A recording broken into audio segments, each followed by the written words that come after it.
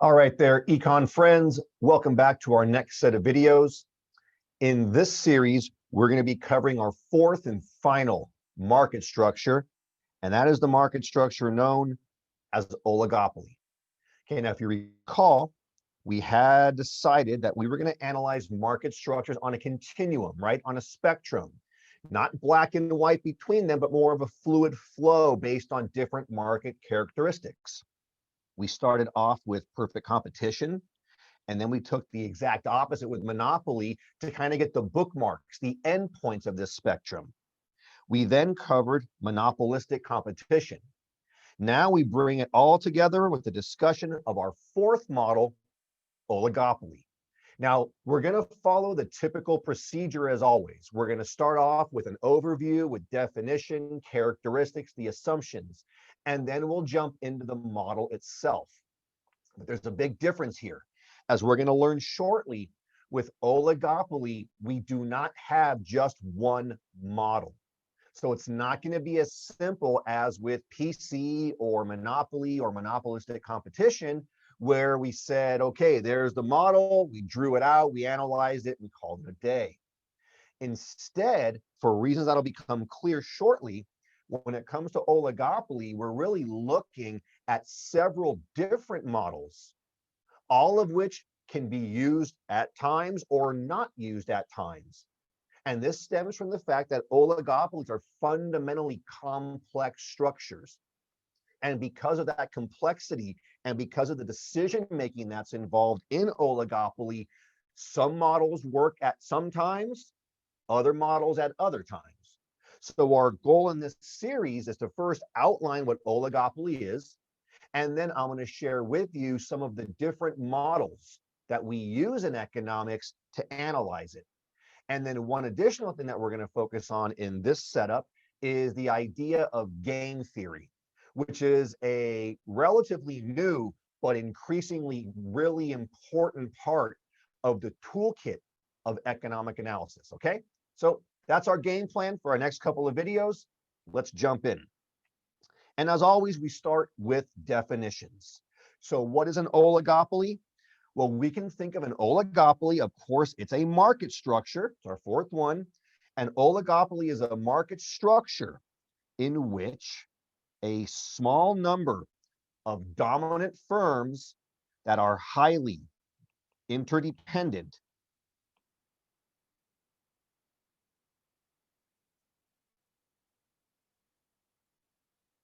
okay, a small number of dominant firms that are highly interdependent, they constitute or make up the entire industry. Okay, so in other words, you can think of oligopoly as being a market structure that is characterized, if you want like the shorthand, as competition among the few. There's a handful of firms. Collectively, that small number of firms, they dominate the industry, okay? In the United States, not only is oligopoly fairly common, it seems to be getting even more common as we see, especially in big tech, lots of mergers and firms like Amazon or Google or others really expanding into other areas. So in the US, we see lots of examples of oligopoly. We see it in the automobile industry, where there's only a handful of producers that dominate most of America's car manufacture. We see it in cigarettes. We see it in the aircraft industries. We see it not only in aircraft manufacture, with two main companies, Boeing and Airbus, making the vast majority of the jets that are used, but we also see it among the individual airlines, where only a handful of airlines, I'm thinking less than 5, dominate the majority of the major air routes in America. So we see oligopoly in cars, in cigarettes, in aircraft, in alcohol. We see it in wireless communications, video game consoles, even something as simple as the soda market, with Coke and Pepsi together, those two firms really collectively dominating not just America's, but the global soda market, okay? So that's what oligopoly is. Specifically, what are the characteristics? Well, there's a handful. Let's knock them out. Number one, by definition, an oligopoly has a small number of firms, specifically rival firms, because they compete against each other in very active strategic ways, we'll see. Okay, so trait number one, small number of rival firms.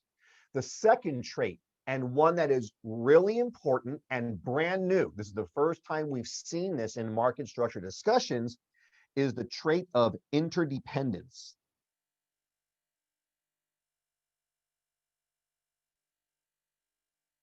Specifically in oligopoly, we see interdependence among the sellers. And this goes back to the definition.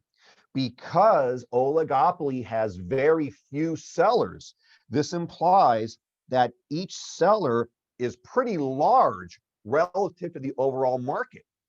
So when you have a small number of large players, right, a small number of powerful firms, you're naturally going to see this idea called interdependence. And what does this mean?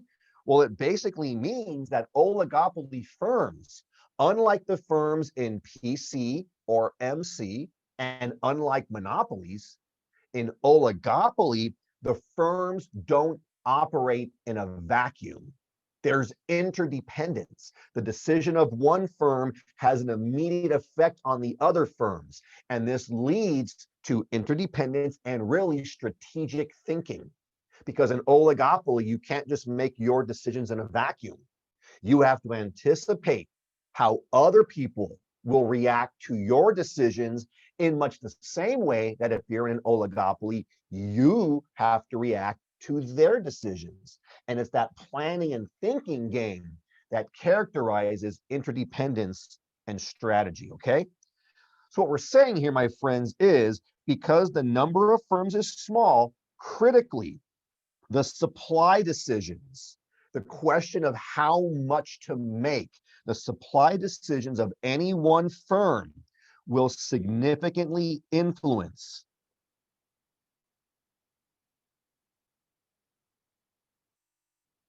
both the demand and the price and ultimately the profits of rival firms. And this is brand new, okay? Remember, in the case of PC and MC, those firms made their decisions based on their own profits, and that was it. And the monopoly is the monopoly. So there was never before this sense of interdependence. But now, again, because it's competition among the few, now we have it. And critically, again, because those number of firms is small, the decision by one player, by one firm, is not made in a vacuum, but rather the decision of any one firm in the oligopoly will significantly influence the demand, the price, and ultimately the profits of all the other firms. And that's really important because it's new. It also leads to complexity, okay?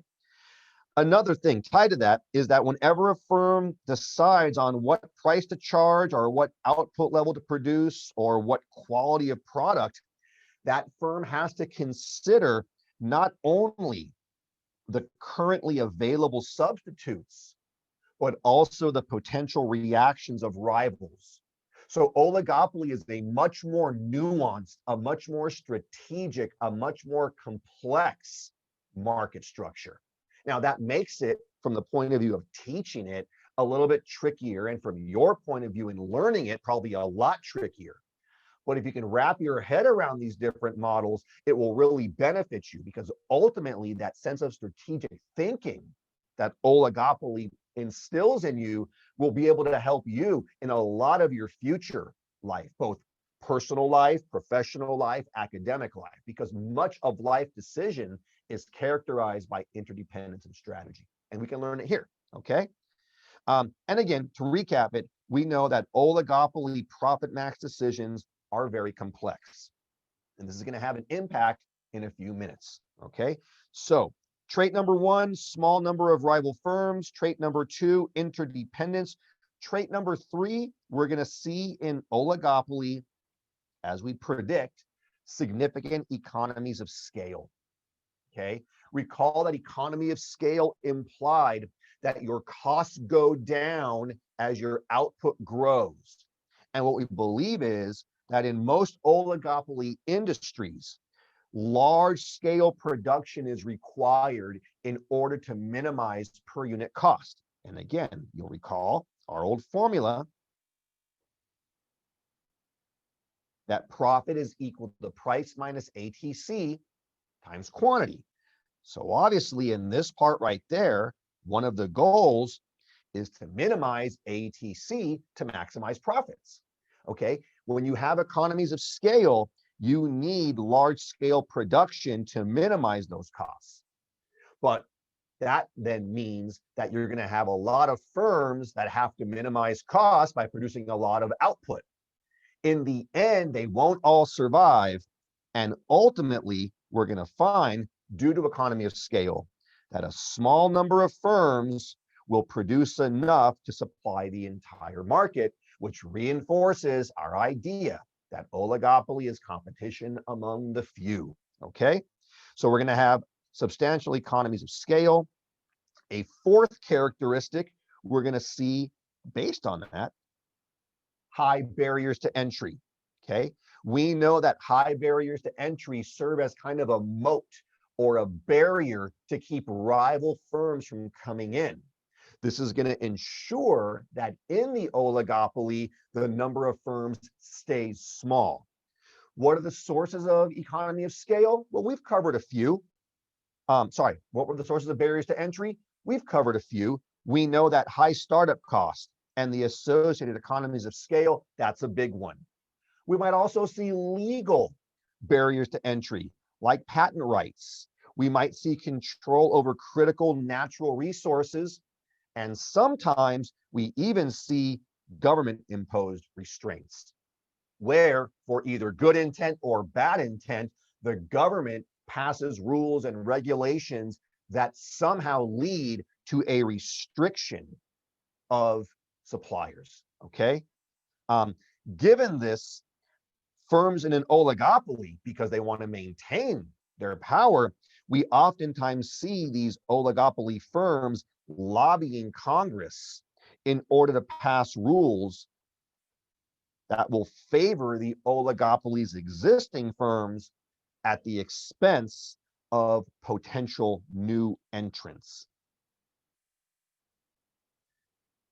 To economists, this here is a very, very large source of inefficiency.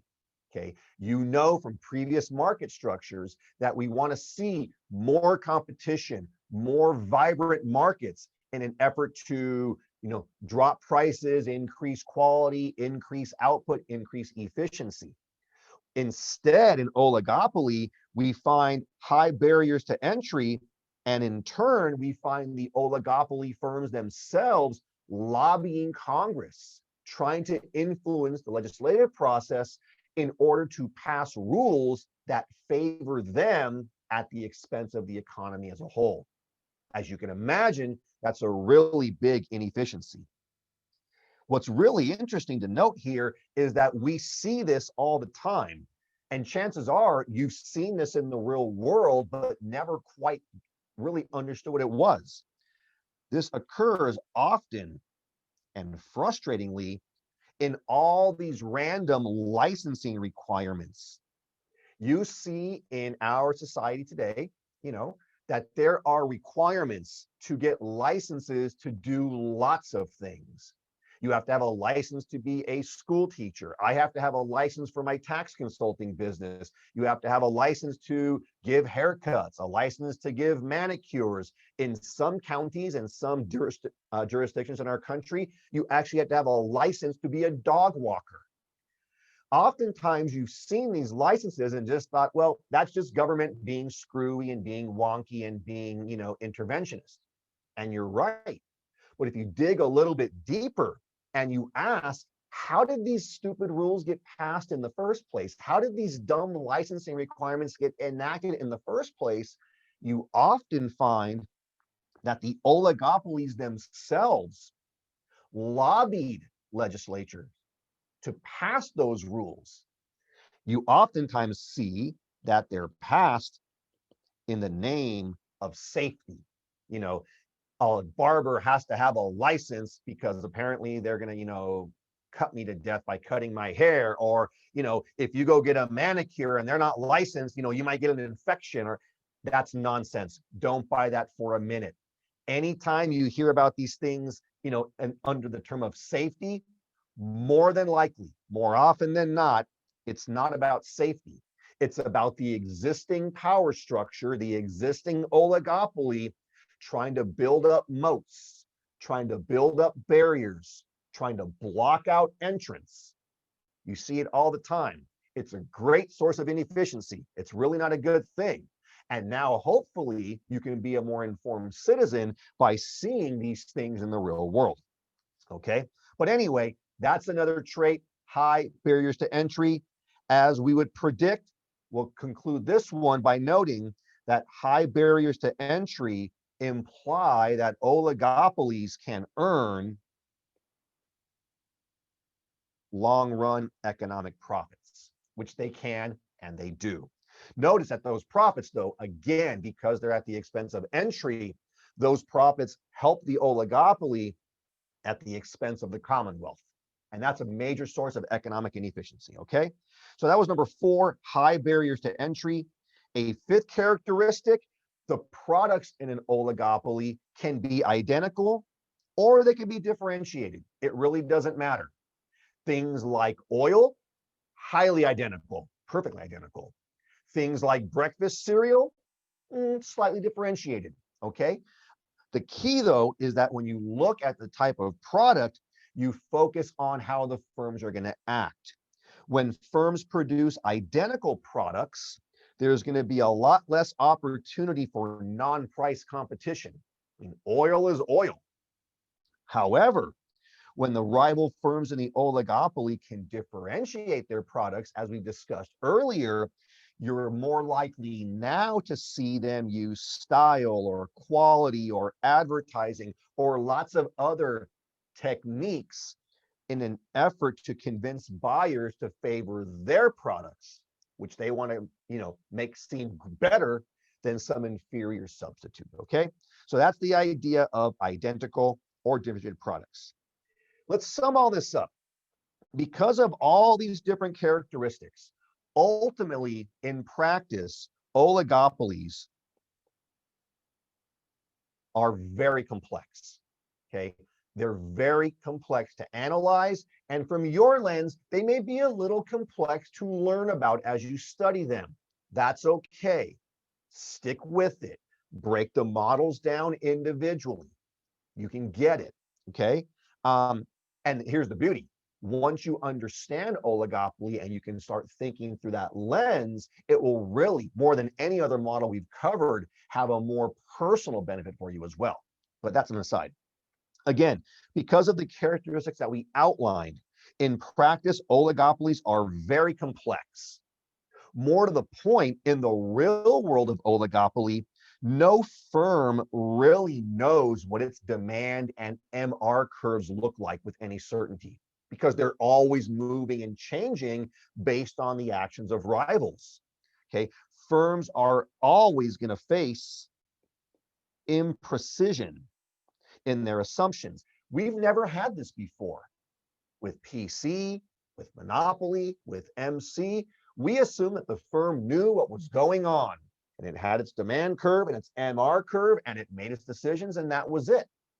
But because of the complexity and the interdependence of oligopoly, we really know that in the real world, firms are always facing imprecision. They never have certainty. They're always making best guess estimates. I mean, they have data, but they're always making best guess estimates after incomplete analysis, okay? And because of all of that, we'll wrap up this section by noting that from the point of view of this class, there is not any one model that can properly explain oligopoly. Instead, my friends, what we have in oligopoly are multiple models that attempt to explain the different characteristics and the different behaviors that we see in real-world oligopoly markets, okay? So my friends, thanks for tuning in. In our upcoming videos, we'll break down these models one by one. Try to get your heads around the complexity. It's a little bit different, but I know you can do it. Thanks for tuning in, and I'll see you next time.